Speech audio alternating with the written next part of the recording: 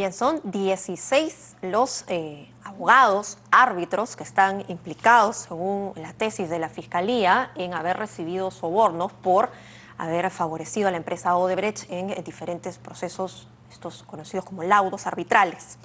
Hoy hay una audiencia de impedimento de salida del país y mañana tenemos la audiencia de prisión preventiva. Son 36 meses los que se están pidiendo. Nos acompaña hoy el abogado Daniel Linares Avilés. Él es del estudio Linares Abogados y también es árbitro de la Cámara de Comercio de Lima. ¿Cómo está? Buenas tardes. ¿Cómo está? Quería dejar en claro que no es el Daniel Linares que figura acá. No, quiero dejar en claro que tengo un homónimo que está sometido a investigación y por lo tanto, al no ser él, no tengo ningún conflicto de intereses para poder dar mi opinión en este programa, ¿no? Bien, sí, por acá vemos un Daniel Linares de 354.570 soles, pero bueno. No, no soy yo. Bueno, entonces hay que un poco contextualizar y hay que poner un poco sobre la mesa también para que la gente pueda entender estos laudos arbitrales. En primer lugar, ¿qué son? ¿No? ¿Y en qué contexto se dan? En principio, el arbitraje es un sistema de justicia privada, ¿ok? En el cual quienes resuelven son árbitros, que son abogados, que son elegidos por las partes, ¿ok? Y estos abogados, estos árbitros son elegidos por las partes normalmente por su capacidad, por su prestigio, por su solvencia, por su experiencia, ¿no? Y lo que deberían emitir son laudos arbitrales, que es la sentencia con la que termina este proceso arbitral, acorde con la realidad que está sometida en controversia ante ellos, ¿no? Lo que ha sucedido en este caso es que había una distorsión completa del sistema arbitral con las injerencias que ha tenido Odebrecht a través del señor Canepa y la manera como se han llevado a cabo estos procesos, ¿no? Claro. Sucede que la empresa Odebrecht, ¿no? tenía alguna controversia, por decir, con el Ministerio de Transportes y Comunicaciones, y escogían digamos, al abogado, al árbitro, que iba a decir tiene razón el Estado o tiene razón la empresa. Según lo que menciona la Fiscalía, hubo un acuerdo previo y una instrucción posterior para que los árbitros fallen a favor de la empresa brasileña. Esto, digamos, claro, evidentemente si se cuenta de esta manera nos parece escandaloso y terrible. Pero ¿y cómo finalmente es que el abogado, el árbitro, hace su trabajo, recoge las pruebas? ¿Cuál es el procedimiento? Hay que tener cuidado con esto porque dentro de las personas investigadas hay gente realmente valiosa que yo dudo muchísimo que esté implicada o haya cometido las conductas que imputa la Fiscalía. Otros seguramente sí, lo que hay que hacer es investigar. Pero la realidad es que la designación del árbitro es un momento importantísimo dentro del proceso arbitral. Cuando tenemos un tribunal de 3 árbitros, porque también pueden haber tribunales de un solo árbitro, cada parte elige un árbitro, ¿ok? Y entre estos 2 árbitros eligen un presidente. Entonces cada parte va a elegir un árbitro que sepa que dentro del proceso va a tener la solvencia y el peso suficiente para defender la posición en la que crea el árbitro, no la parte necesariamente del árbitro, y que sepa debatir. Porque eso es lo que quiere alguien cuando elige un árbitro. En este caso se distorsionó todo. Porque ¿qué sucedió? El Estado se pone de acuerdo con el privado, Odebrecht, para que Odebrecht gane. Entonces, este contrapeso en la designación del árbitro no existe. Lo que están haciendo es nombrar árbitros en algunos casos para que favorezcan los intereses del privado. Entonces, ¿qué sucede? La empresa privada nombra un árbitro, el procurador del Estado nombra a otro árbitro con la anuencia seguramente de la empresa privada, y entre los dos, que saben cuál es su misión, nombran el tercero que también está en la colusión. Entonces tienes prácticamente una distorsión completa del sistema arbitral. Eso es lo que ha sucedido. Y claro, según también la tesis de la Fiscalía, siempre basándonos a supuestos, se dividen digamos, la ganancia o se divide digamos, la dádiva entre todas las personas que participan de este círculo. Sí, claro. Lo que queda claro es que conforme la tesis de la Fiscalía lo que ha habido es un soborno, ¿no? Y lo que han comprado son conciencias para sacar estos laudos, ¿no? Usted mencionaba a muchas personas y de hecho aquí hay muchos abogados muy conocidos y muy prestigiosos. Fernando Cantuarias, está, a ver, el señor... los señores Casina, ¿no? En fin, hay muchos abogados que son muy conocidos, de estudios muy conocidos y que también han sido mencionados por un aspirante a colaborador eficaz.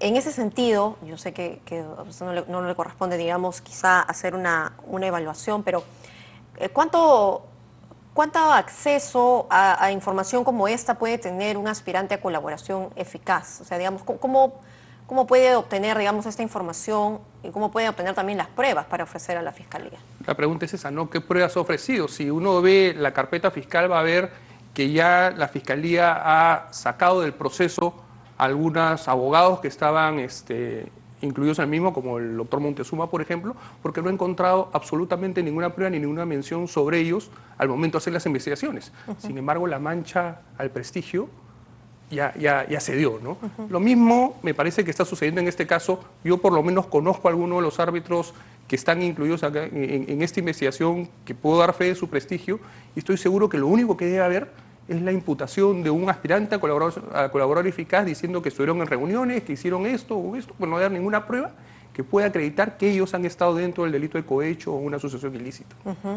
Hay algo que obviamente es de lo que la Fiscalía está detrás, que es la cantidad de dinero, propiedades, ¿no?, que muestran un desbalance patrimonial y que es, digamos, el primer indicio que te da de dinero mal habido.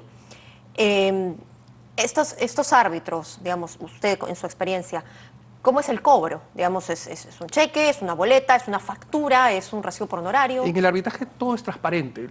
Estos procesos en su mayoría han estado en la Cámara de Comercio de Lima, que tiene un centro de arbitraje aprobado por el Estado, y la Cámara de Comercio tiene publicadas sus tarifas.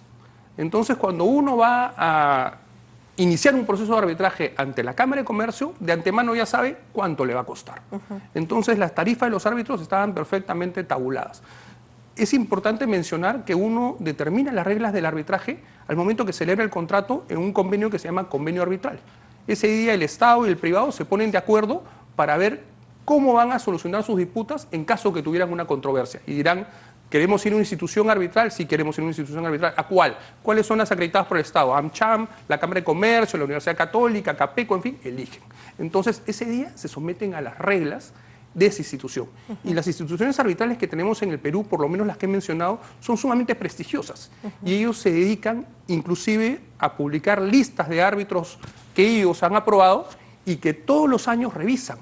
Y que estas listas están conformadas por gente de prestigio, por gente que tiene una trayectoria y que por lo menos hasta el momento que se le aprobó no habían tenido duda alguna de justamente ese prestigio. Usted me dice que muchos de estos casos que se han dado a conocer han sido, digamos, arbitrados por la Cámara de Comercio. De los que por lo menos del conocimiento que tengo yo de las investigaciones, muchos se han llevado a cabo en el centro de arbitraje de la Cámara de Comercio. Entonces, algunas de estas personas son parte de estos, digamos, de este pool de abogados, de árbitros. Seguramente. Y, por ejemplo, en el caso del señor Canepa, él fue expulsado, me parece, del centro de arbitraje de la Católica, justamente porque el centro arbitral debe haber tomado conocimiento de algunos actos dudosos del señor Canepa y ellos no necesitan preguntar mucho. Simplemente te expectoran porque consideran que es lo mejor para el sistema. Claro, hay que garantizar la transparencia. Entonces, ¿cómo se explica que de una cantidad, digamos, de arbitrajes, la gran mayoría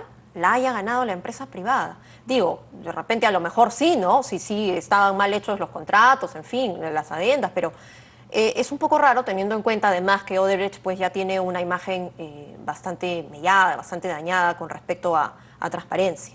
No me cabe duda que algunos de los arbitrajes que hayan habido, o una gran mayoría, seguramente los que están en investigación, han sido motivos de actos delincuenciales. Lo que hay que ver es si en todos ha sucedido esto, ¿no? Que lo dudo mucho. Cuando uno tiene un arbitraje, sobre todo cuando tiene un arbitraje importante, el privado entra con un pool de abogados de primera línea, sumamente sofisticado. ¿Okay? Y en el arbitraje, que finalmente es un mix entre normas anglosajonas y normas del derecho continental que vemos nosotros, es muy pragmático y se basa mucho en la prueba, con lo cual hay grandes pericias y testimoniales. Y es muy importante saber a qué perito elegir, uno escoge normalmente uno, y cómo preguntar. La gran pregunta es si el Estado, que ha estado aprendiendo a arbitrar en estos arbitrajes, tuvo este pool de abogados, tuvo esta capacidad para defender su posición. Porque muchas veces lo que sucede es que el Estado termina perdiendo por incapacidad. No por corrupción, por incapacidad. Y para eso se necesita peritar con gente especializada de estos arbitrajes y saber realmente si los laudos obedecen a una realidad que se discutió o son laudos forzados, ¿no? Ese es otro juego. Esta revisión de los laudos se hace con todas estas pruebas, documentos, revisiones y análisis que se tienen que hacer previo a emitir el laudo. Claro, ¿qué hace un árbitro? Un árbitro ve la posición del demandante, ve la posición del demandado, analiza las pruebas y debate, porque cuando tenemos tribunales, que en la mayoría de estos casos son tribunales de 3 personas, lo que hacen es estudiar los 3 y debatir. Y del debate sale una conclusión y luego elaboran una resolución que es lo que se llama laudo arbitral, que es la decisión que puede ser en un 3 en línea o en un 2-1. O mayoría, Ajá. claro. Bueno, en este sentido, ¿le parece a usted, como árbitro también, que esta medida de prisión preventiva es exagerada, es, digamos, muy dura con respecto a estas personas que, digamos, todavía no hay una prueba contundente que los vincule a estos actos de supuesta corrupción? Yo no soy un experto en derecho penal, pero lo que he visto en este proceso es que los árbitros les han incautado los bienes, los han allanado domicilios antes de preguntarle cuál es su versión de los hechos, ¿no? Habría que ver, y esto lo tiene que analizar un penalista, si la prisión preventiva es normalmente una regla que se comienza a aplicar en vez de una excepción y se están castigando en este caso muchas veces a justos por pecadores, ¿no?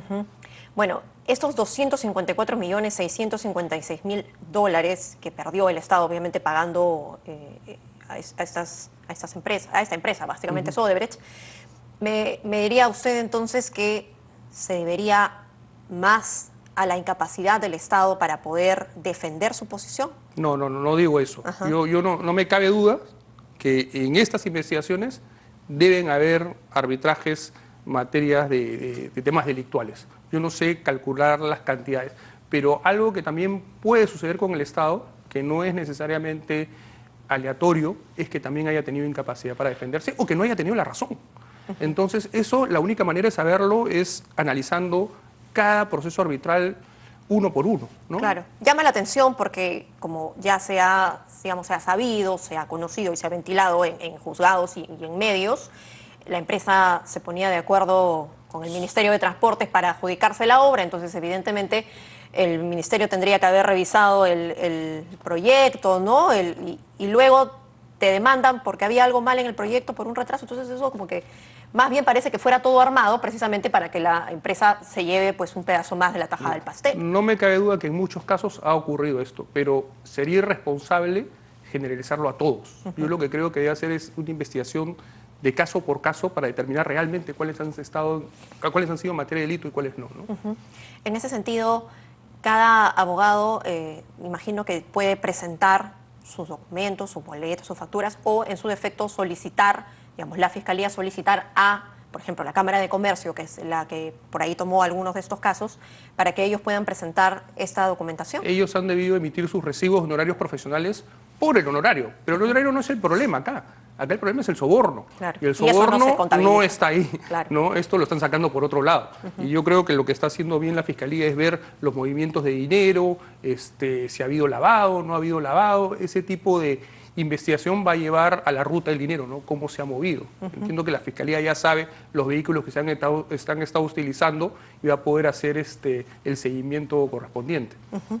Bien, le agradezco mucho por haber estado aquí, ayudarnos a entender un poco más este tema que a veces es muy técnico, es muy de derecho, pero que también es importante conocer, teniendo en cuenta que vamos a estar seguramente atendiendo mañana a esta audiencia de prisión preventiva, ¿no? Muchas gracias. Muchas gracias a usted por haber estado aquí, Daniel Linares Avilés. Sí, gracias. Muy amable, muchas gracias.